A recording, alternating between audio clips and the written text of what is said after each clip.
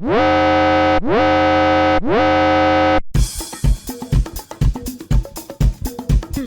passes. They are everywhere.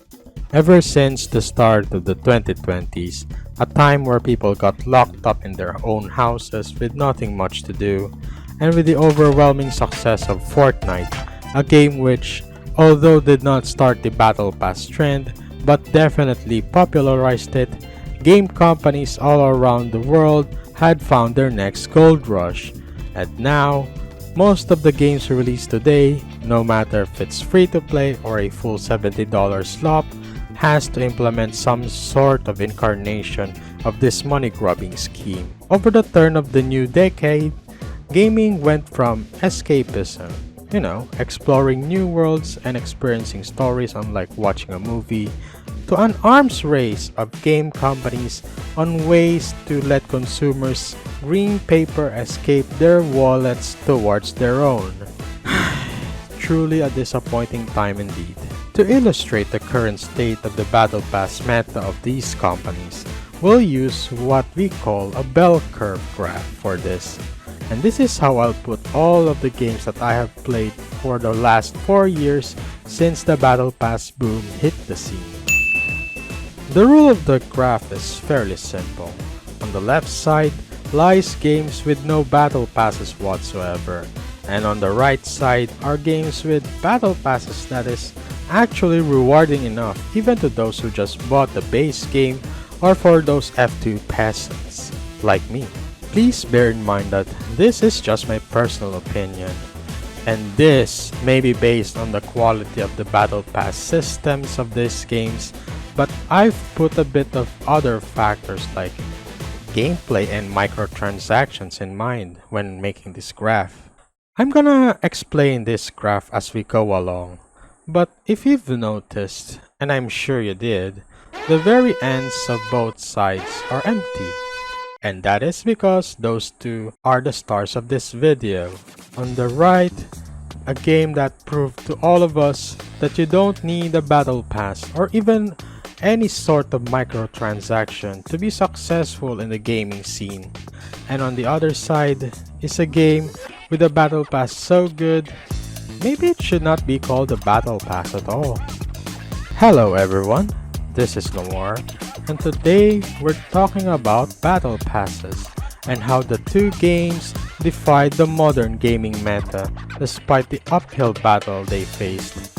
I hope you all enjoy.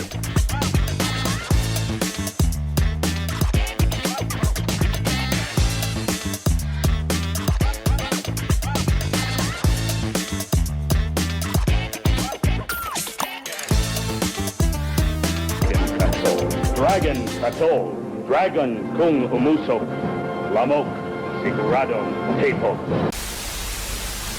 Gaming in the old days were simple enough.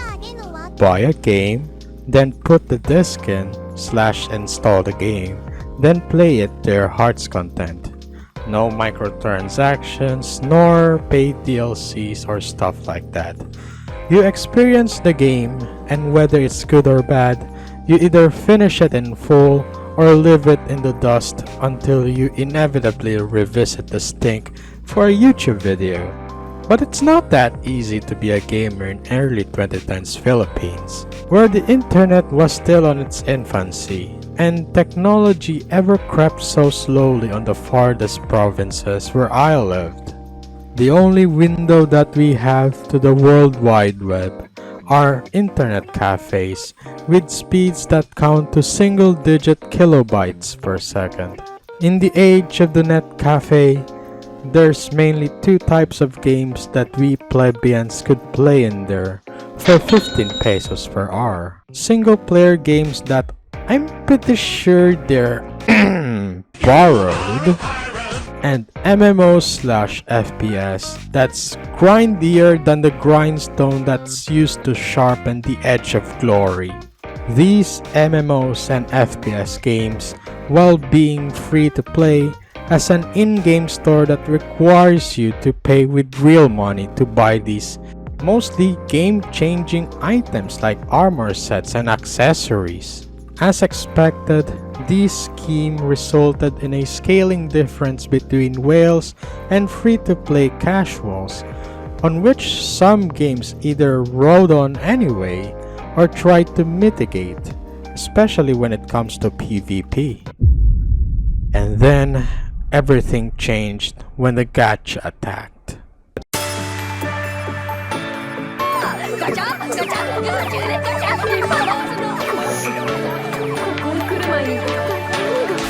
Gacha, derived from the Japanization of the English word gacha, is a quote-unquote system where, for a prize, you roll a knob to get a ball which contains something. Mostly seen in Japan, the prizes can range from common to ultra-rare toys. Wait, what? To even CPUs? Damn, where can I get one of these? Some game devs must have stumbled upon one of these money printers and said, what if we put this in our video game?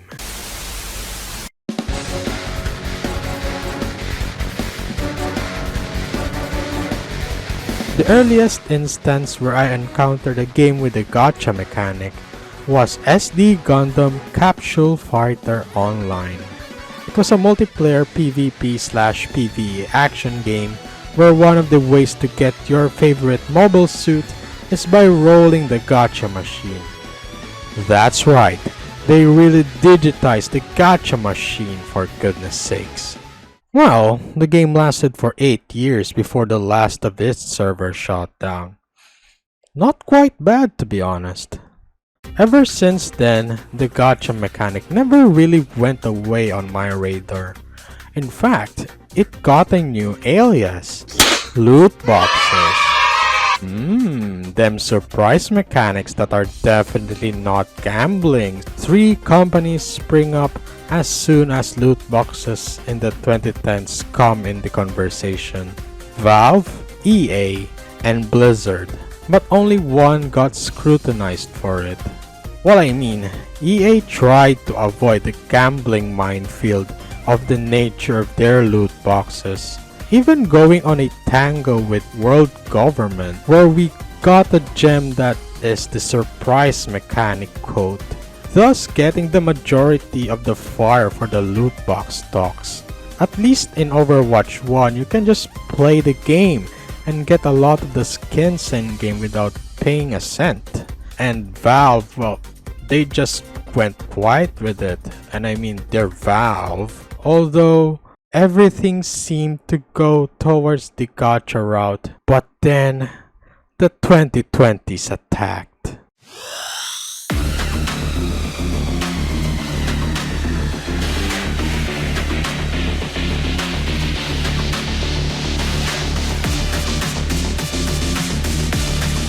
Ah yes, 2020.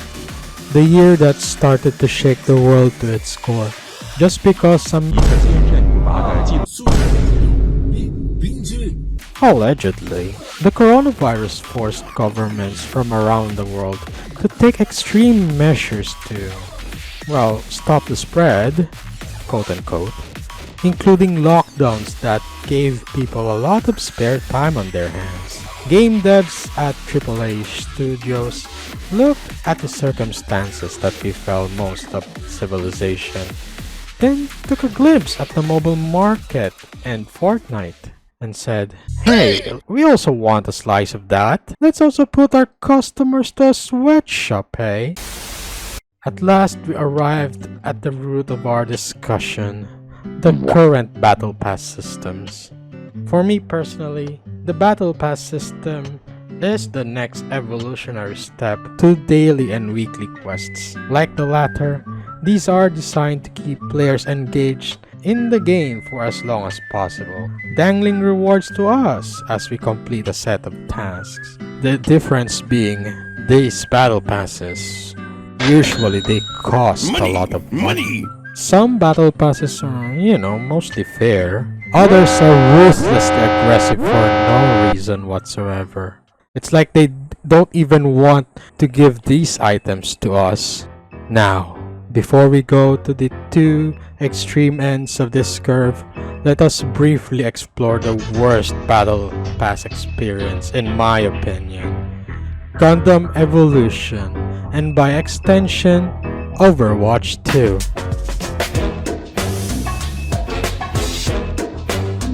If Overwatch 2 is a couple of maps and some hero, I will be very disappointed. Because this game is as lazy as it gets. Blizzard, what the hell type of game is this? We still haven't played the co-op mode because they delayed it to next year because they probably didn't even start working.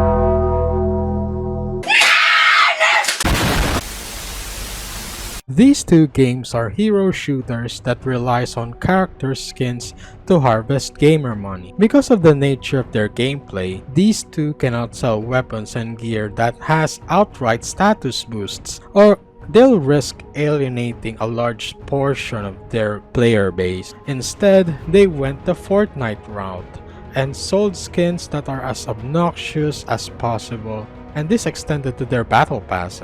Well, one problem though. They made their battle passes worse than Fortnite. How can you do that? Well, let me answer that with another question. Remember what I said about them not being able to sell game-changing stuff? Somehow, they found a loophole for that. If we can sell weapons and gear, how about we sell the character itself? This resulted in a worse scenario to F2 plebs, because now, whenever they go in a match, they can only hope, they can pray to freaking Jesus that one of their teammates brought the battle pass. Add the fact that finishing battles and doing these dailies and weekly stuff only give a minuscule amount of battle pass EXP, and you got yourselves a very skewed hero shooter that is completely the opposite of the reason as to why they decided to put said characters in the battle pass in the first place. And I quote them this, the Overwatch 2 devs, they really said this: it's because they don't want the new characters to be the meta in the early season. Something like that. I really did not care. That game sucked so hard. I can't believe I wanted to play that game at one point.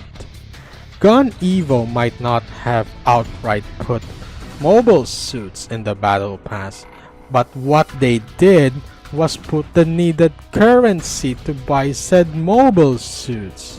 And this is especially problematic on their Season 1 pass, because there were 3 mobile suits that are released on launch day, those that can only be bought with this blue currency, and you can only get this currency to buy one, I repeat, only one of these suits on the Season 1 pass by grinding the battle pass for a week or two until you get to level 48 of the battle pass.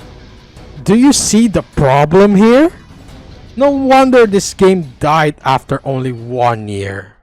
Now that we have a baseline on how low we can get, let's now take a look on 2 games that show the gaming industry on how to deal with the battle pass problem. No battle pass at all with Power World, or held their accessible war bonds.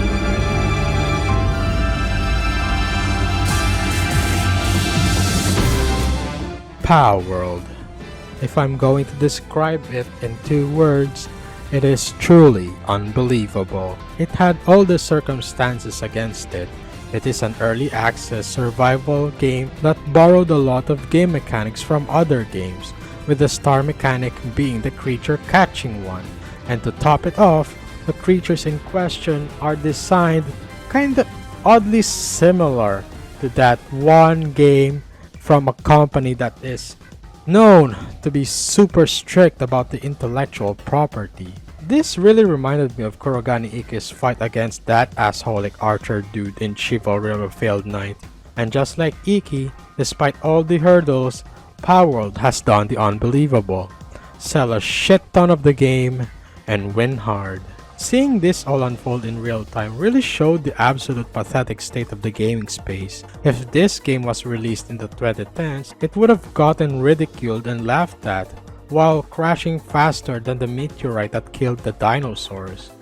But because gamers were given a lot of shit games from these so-called AAA companies with their corner-cutting and money-grubbing practices, a heavily inspired game like Palworld was like that one fire truck that popped in front of us in the middle of a raging forest fire. It did not matter if the game was buggy and full of glitches, or the designs were teetering close to Pokemon, or even if the game has borrowed a lot of mechanics from other games. I think in fact, it was precisely because of that, well except for the first ones of course, the buggy and glitchy stuff, that the game became a unique and special one. A perfect example of the roundabout effect. The Twitterds can mock and scorn all they want, but over 25 million sold copies says otherwise. It also adds to the charm of the game that the devs are down to earth, hilarious with some of their posts, and just downright good sport when the talk about the player drop-off was discussed, saying that gamers shouldn't feel bad about playing other games besides Palworld. Well, at least it's more fun than that shit ass of a Suicide Squad game or something. And you know what's the best thing is about this? When comparing Palworld to Suicide Squad, the former has no battle pass at all, and they're still winning against this freaking slop.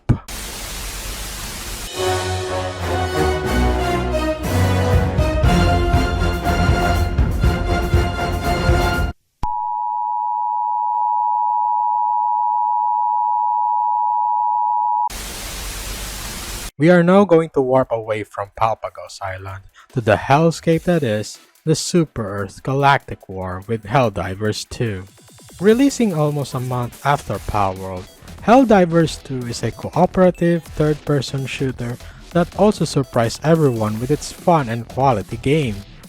Well, I guess everyone needed some refresher after that suicide slop. Like Palworld, you shoot creatures, but now with 3 of your bodies. But unlike Palworld, you shoot them to death, because whether they're bugs or robots, they're all a threat to managed democracy. And well, we can't have that. Gameplay is simple enough, but it's satisfying as hell. Well, until the metal shoots back, and then you get Space Vietnam. Helldivers 2 have a Battlepass system, but I'm pondering right here as I write it. Is this really a Battle Pass?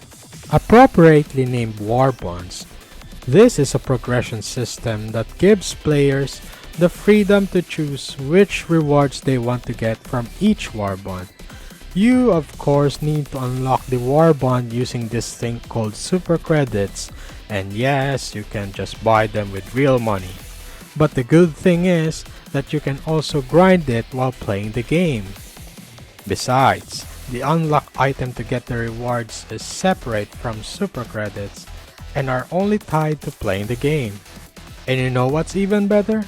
These War Bonds have no time limit at all, so no FOMO going here.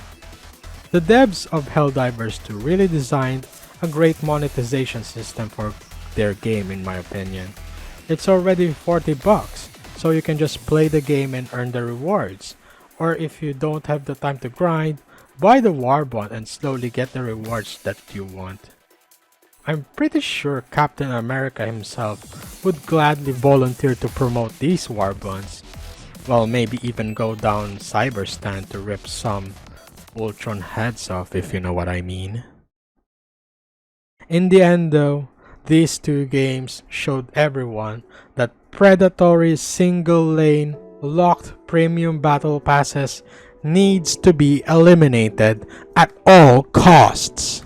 Me personally though, I don't mind gaming companies trying to monetize their games. What I have problem with is how scummy are they going to be to get the money out of our pockets. These two games Palworld and Helldivers 2 showed the gaming sphere how to handle monetization in their games. We can only hope other game devs and studios follow suit and at least give us customers a fair and mutual pass system, or just scratch it off and let us have fun unimpeded. Well, that's gonna be it for this video. It's been a while since I've done something like this, and I'm gonna try to continue doing these kinds of videos as I go along doing my streaming journey, I guess. Also, a new episode of the anime portfolio is on the works, so look forward to that one. This is Noir and Light, and I'm out of here. I'll see you all on the next video.